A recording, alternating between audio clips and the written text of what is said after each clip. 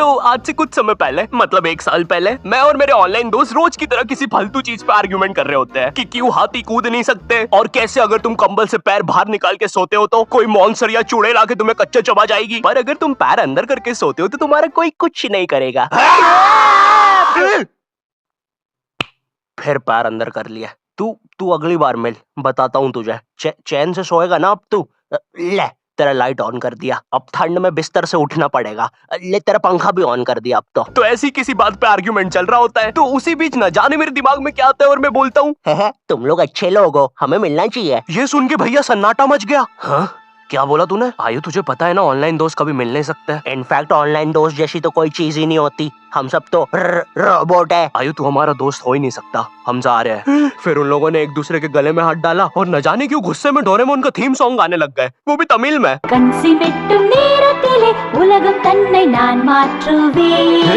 क्या? अब नहीं, ऐसा कुछ नहीं हुआ था। सॉरी गाइस, कुछ महीनों से जिंदगी थोड़ी सही नहीं चल रही है, इसलिए ऐसे जोक्स आ जाते हैं कभी कभार। खैर सरप्राइजिंगली मेरे ऑनलाइन दोस्तों ने मेरी मिलने वाली बात को सीरियसली लिया और इसी तरह हमारी Mumbai to Goa trip plan होती है, जो कि दिसंबर में थी। तो अब फास्ट फॉरवर्ड करते हैं सीधा दिसंबर तक ट्रिप का टाइम। तो अब कुछ रीजन की वजह से मुझे मुंबई प्लेन की जगह ट्रेन से जाना पड़ता है। नहीं, मैं एयरपोर्ट पे फटाका लगाता हुआ नहीं पकड़ाया था, थे कुछ रीजंस, ठीक है, सच में थे। तो मैं रात में ट्रेन में बैठता हूँ और सुबह में मुंबई पहुंच जाता हूँ। अब जो मुंबई पहली बार आता है ना, वो ना अलग अलग चीजों को देख के चौंकता है, जैसे वड्डी वड्डी बिल्डिंग्स, वड्डे वड्डे सुपरस्टार्स। और इधर मैं जैसे ही मुंबई के स्टेशन पे उतरा, ओ बहन की एलिवेटर स्टेशन पे, वो भी भाई साहब इसको एस्केलेटर बोलते हैं। एलिवेटर मतलब आंखों पे भरोसा ही नहीं हो रहा है। मैंने मम्मी को फोटो खींच के भेजी, मम्मी एलिवेटर, वो भी स्टेशन पे। भाई साहब एस्केलेटर होता है। देखो ये हमारे स्टेशन पे नहीं होते हैं, हमें पूरा ब्रिज पैरों से चढ़ना पड़ता है। और मेरे गांव के ब्रिज पता है बादलों में होते हैं। वो ब्रिज को इतनी ऊपर होने की जरूरत भी नहीं है, उसको किसी इंजीनियर ने भी नहीं बनाया है। ये गाँव के लोगों ने मस्ती मस्ती में उसको इतनी ऊपर तक बना के आ गए हैं। अब वो स्टेशन का ब्रिज ना आउटर स्पेस तक पहुंच चुका है। साला कुली लेके भी जाओगे ना तो थोड़ा ऊपर जाके तुम्हारी कुली को भी कुली करना पड़ जाएगा। भाई साहब कुली करना पड़ेगा। अरे किया तो है तुम्हें। अरे आपको नहीं, मुझे कुली करना पड़ेगा। रुको, कुली।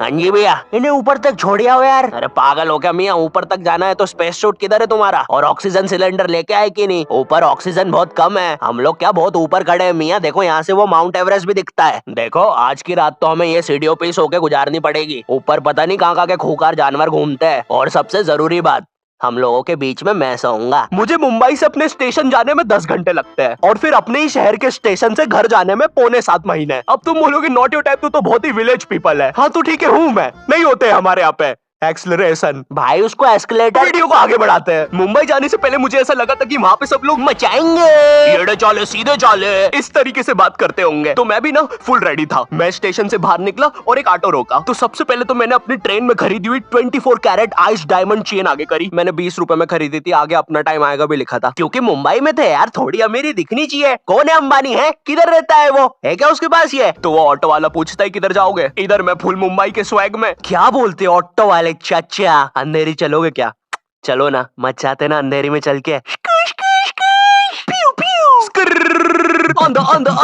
अंधेरी में तुम उजाला लेके आओ। ऑटो में क्यों बैठे हो? लैम्बोर्गिनी लाओ। ये अंधेरी में तुम आओ। क्यों चाचा? अरे भाग मादर है, कड़कती धूप में मुजरा दिखा रहे मेरे को।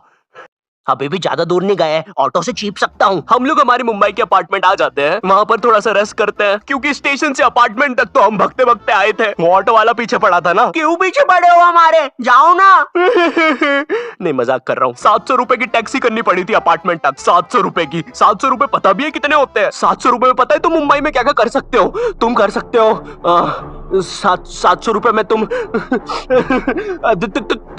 700 रुपए में वापस उसी टैक्सी में बैठ के स्टेशन जा सकते हो। भाई साहब मैंने 750 कर लिया है रेट। कितनी महंगी है मुंबई। तो अब मैं और मेरा दोस्त डेस्क, हम लोग हमारे बाकी 2 दोस्त से पहले आ गए थे। तो अब हमारे पास कुछ करने के लिए नहीं था, तभी मुझे मेरी एक फीमेल फ्रेंड ने मॉल में मिलने बुला लिया। तो हम लोग जाते हैं मिलने, वापस 700 लगा के। ये मुंबई भी ना। तो मेरी दोस्त ने ना मुझे एक मूवी देखने बुलाया था, अवतार। मूवी में ज्यादा कुछ खास था नहीं, कुछ नीले लोग नंगे होके पानी में भाग रहे होते हैं रोबोट मशीन से बच के। ये मूवी मैंने 3D में देखी थी, ज्यादा कुछ चेंज नहीं हुआ। अब बस वो नंगे लोग मेरे साइड से निकल के भाग रहे थे। हम ये जंग जीत के रहेंगे। सर वो सब तो ठीक है, वो आदमी कौन है? अरे वो हमारी मूवी देख रहा है 3D में। उसे तो मजा ही आ जाएगा जब हम सब नंगे होकर उसके सामने से भागेंगे। मेरी बात सुनो सब लोग, हम लोग उसके बहुत पास से भागेंगे लेकिन उसे टच नहीं करेंगे। जिमी मैंने तो अपने हाथ भी गीले कर लिए सुसु से। जैसे ही मैं नंगा होकर उसके पास से भागूंगा अपने हाथ उस पे लपलपा दूंगा। चीटों से उसे लगेगा मूवी और रियल है। मेरी जिस फ्रेंड ने मुझे मॉल में बुलाया था उस दिन उसका बर्थडे था और मैं इधर बेशरम बेहया खाली हाथ गया था, बिल्कुल उस लेंडू बच्चे की तरह जो बर्थडे पार्टी में खाली हाथ आ जाता है। फ्री का नमकीन और केक दे दो बस उसे। तो ये बच्चा इधर मैं था। चीजें अभी इधर खत्म नहीं हुई है, उस बंदी ने फिर मुझे गिफ्ट दे दिया। चीजें अब सीरियस हो गई है। दुनिया का सबसे बड़ा क्राइम इधर, ठीक है इधर है, और फिर आता है किसी के बर्थडे पे उनसे ही गिफ्ट ले लेना इधर। पहले तो मुझे समझ में नहीं आया कि ये बंदी मुझे टॉन्ट मार रही है कि सच में गिफ्ट दे रही है। मुझे उस समय इतनी ज्यादा शर्म की अनुभूति और आभास हो रहा था, मेरा मन कर रहा था उठ के भाग जाऊं वहां से।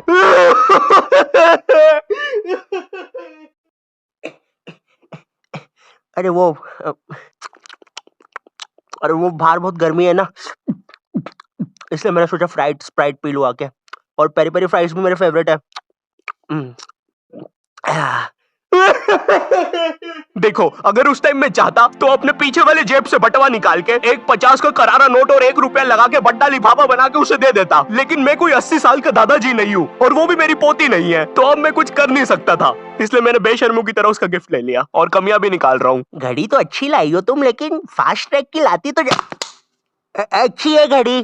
इस ट्रिप पर ना हमारे बहुत ज्यादा पैसे खर्च हो गए थे, इतने कि मैं अपने बेसमेंट वाले बच्चों को खाना तक नहीं खिला पा रहा हूँ। चुप रहो, मैंने कहा ना नहीं मिलेगा खाना। आप पैसे के लिए India number 1 opinion trading app promo पे क्यों नहीं जाते? हाँ, आप बस यहाँ पे यस और नो का आंसर देके लाखों में पैसे कमा सकते हो। प्रोमो एक ट्रस्टेड ऐप है जिस पर 1 करोड़ से भी ज्यादा यूजर्स हैं। यहाँ पर क्रिकेट, फाइनेंस, एंटरटेनमेंट और कई सारी कैटेगरीज में क्वेश्चंस है। जैसे अभी T20 सीरीज में इंडिया वर्सेस आयरलैंड में कौन जीतेगा? इंडिया ही जीतेगी। तो मैंने यहाँ यस दबा के क्वांटिटी स्लाइडर को बढ़ा दिया। अब अगर मेरा ओपिनियन सही होता है तो मुझे रियल कैश मिलेगा। अरे लेकिन विराट कोहली भाई, मैंने आपको कब पकड़ा? यहाँ तुम गूगल पे, पेटीएम, यूपीआई की मदद से आराम से 24/7 विड्रॉ कर सकते हो। ओ बाय द वे मैं पुलिस हूँ, तुम्हारे बेसमेंट की जानकारी मिली थी और प्रोमो का लिंक डिस्क्रिप्शन में है। डाउनलोड करने पर हम सभी को 25 रुपए का वेलकम बोनस भी मिलेगा, तो अभी जाके डाउनलोड करो। रात तक मेरे बाकी दोस्त भी आ गए थे, तो फिर हमने मुंबई की फेमस जगह, अरे वहीं जहाँ सब लोग जाते हैं घूमने के लिए, वहाँ घूमना स्टार्ट कर दिया। लेकिन जब तुम तुम्हारे दोस्तों के साथ रहते हो तुम्हारे दिमाग में मस्ती रहती है। तो एक मॉल में हमें एक सांड वाला झूला दिखता है। अब उसे देख के एक 21 साल का मैच्योर आदमी क्या करता? पापा बहुत बीमार है, बहन की भी शादी करवानी है, मुझे लगता है सांडू मैं तुम पे घूमी घूमी करने के लिए थोड़ा बड़ा हो चुका हूँ। लेकिन मेरे 21 साल के दोस्त ने क्या किया? घूमी घूमी। अब यहाँ एक सांड को दूसरे सांड पे चढ़ता हुआ देख हमें भी मस्ती छूटी। हम भी भाग के वो झूले के पास, भैया और तेज चलाओ, भैया और तेज, भैया और चलाओ तेज। मैं मुंबई में एंग्री प्रास से भी मिला था, उन्होंने मुझे अपनी बिल्ली से खेलने दिया था और अपना मास्क भी पहनने दिया था। अच्छा चलो मास्क मैंने बिना पूछे पहन लिया था, कैमरा फुटेज में तो आ ही गया हूँ मैं वहाँ पर अपने मैनेजर सौरभ भैया से भी मिला था। हम लोग मुंबई में लास्ट में जुहू बीच पर गए थे, वहाँ पर सब कुछ बढ़िया था, ठंडी ठंडी हवाएं चल रही थी, सब कुछ बढ़िया था। लेकिन फिर आसमान में कहीं से उड़ने वाली बंदर प्रजाति छा गई। ये बंदर प्रजाति फुग्गे की बनी थी। मेरा नाम है बुबली बंदर, मैं इंसानियत पे कब्जा करने आया हूँ, तो चुपचाप अपने घुटने।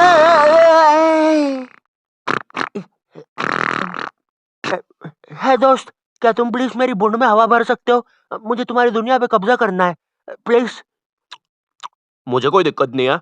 कमलेश, कमलेश। हाँ मैंने सुन लिया था पहली बार में। कमलेश मैं जानती हूँ हम दोनों ज्यादा क्लोज नहीं है, लेकिन इसका मतलब ये नहीं तुम एक बंदर के साथ संबंध बना लोगे। मैं जा रही हूँ। कमलेश जाने दो उसे, मैं तुम्हें उससे भी ज्यादा चीजें दे सकता हूँ। मुंबई के बाद हम लोग निकलते हैं गोवा के लिए। गोवा काफी चिल जगह थी, मैं वहाँ पर काला भी हो गया था। दिन भर बीच पर धूप में भटकने के कारण सच में वहाँ पर धूप तो बहुत ही ज्यादा थी, मतलब इतनी ज्यादा कि जमीन के अंदर से लोग बाहर आ रहे थे या अंदर जा रहे थे। कोई मुझे बताएगा ये क्या हो रहा है यहाँ पे? गोवा में तुम ऐसे बीच पे राइड्स वगैरह कर सकते हो, जैसे जेट स्की। इसमें ना तुम्हें आगे टंकी पे बिठा लेंगे बच्चे की तरह और पानी का एक चक्कर काट के वापस ले आएंगे। ये चलो ना। अरे हो गया भैया, अरे हम तो किनारे से ही वापस आ गए। इसके बाद आती है कुछ जानलेवा राइड्स, डेंजर राइड, जिसमें तुम्हें बोट से समुद्र के बीचों बीच ले जाएंगे और पतंगा बना के उड़ा देंगे। एक और चीज रहती है, जब तुम समुद्र के बीचों बीच पहुंचते हो ना, तो वो बोट वाला तुमसे पूछता है कि तुम्हें पानी में जाना है क्या। तो अब यहाँ पे जिसको तैरना नहीं आता है वो तो कुछ नहीं बोलेगा, लेकिन उस समय मेरे दिमाग में पता नहीं क्या चल रहा था कि मुझे पूरे गोवा के एक्सपीरियंस लेने हैं। मुझे तैरना नहीं आता है, मैं उतर गया समुद्र में। शुरुआत के 3.25 सेकंड तो कुछ भी नहीं हुआ, फिर पानी मुझे नीचे खींचने लगता है। ये तो कुछ भी नहीं, अब मैं बोट से भी दूर जा रहा हूँ धीरे धीरे। भैया भैया भैया भैया घंटा नहीं सुन रहा मेरी बात, मेरी इधर फटी पड़ी है, मैं कुछ भी चिल्ला रहा हूँ पानी में। भैया बीमारी है मुझे, ले लो ऊपर। भैया मैं माँ बनने वाला हूँ, ऊपर लो। उस समय कोई दूर से शार्क वार्क भी देख रहा होता ना तो उसे भी दया आ जाती। ओए बच्चे को क्यों परेशान कर रहे हो बे? चलो ऊपर लो इसको, खा लूंगा वरना इसे। चलो बेटा ऊपर चढ़ो तो। हाँ चलो चलो। जैसे तैसे वो बोट वाले ने मेरे को ऊपर लिया। अरे भैया क्या बच्चे ऐसे चिल्ला रहे थे? स्विमिंग सिखा रहे थे तुमको? अच्छा समुंदर में वो भी? तेरे को ड्राइविंग सिखाने का बोलता तो तू तो रॉकेट में बिठा देता मेरे को, पागल। सबने ना मेरा बहुत मजाक उड़ाया कि पानी में गया बच्चों जैसा रो रहा था, लेकिन वो कहते हैं ना सबका टाइम आता है। हम लोग ना उसके बाद एक बनाना राइड पे जाते हैं जिसपे तुम्हें एक बनाना शेप चीज पे बिठाते हैं और उसे नाव से खींचते हैं और बीच समुद्र में ले जाके फेंक देते हैं। तुम्हें पहले नहीं बताएंगे कि तुम्हें फेंकने वाले हैं। उसने हम सबको लेके गया और फेंक दिया। अब सब मुझसे भी गंदे रो रहे हैं पानी में। भैया हम मर गए। पीछे लाइफ गार्ड आ रहा है। अरे भैया इतनी दूर जाओगे तो सच में मर जाओगे। मेरे पास क्लिप पड़ी इधर सबकी रोते हुए, मैं लगा दूंगा। मैं तो करना। अरे कुछ नहीं होता। नहीं करना भाई, मरना क्या? चुप रहो। नहीं करना भाई। पर खैर कुछ भी बोलो, ये ट्रिप मेरे लिए one of the best trip थी अपने दोस्तों के साथ। आई होप तुम्हें ये वीडियो पसंद आई होगी, और अगर नहीं भी आती है तो बस इतना सा रुक जाओ, ठीक है? बस इतना सा। मैं एक बहुत ही प्यारी चीज पर काम कर रहा हूँ, ठीक है? बस वो आ ही गई, ये यहीं पे, ये बस आ गई। और अगर तुम्हारे पास भी किसी चीज का ओपिनियन है तो अभी प्रोबो डाउनलोड करो, तुम्हें वेलकम बोनस में 25 रुपए में मिल जाएंगे। पर खैर इस वीडियो को लाइक करना मत भूलना, एम करते 8 लाख लाइक्स के लिए, ठीक है? मुझे पता है तुम कर सकते हो, ठीक है? अभी करो। एंड चैनल पे नए हो तो सब्सक्राइब कर देना। मैं मिलता हूँ तुमसे नेक्स्ट वीडियो में जो कि बहुत जल्दी आने वाली है। तब तक के लिए बाय।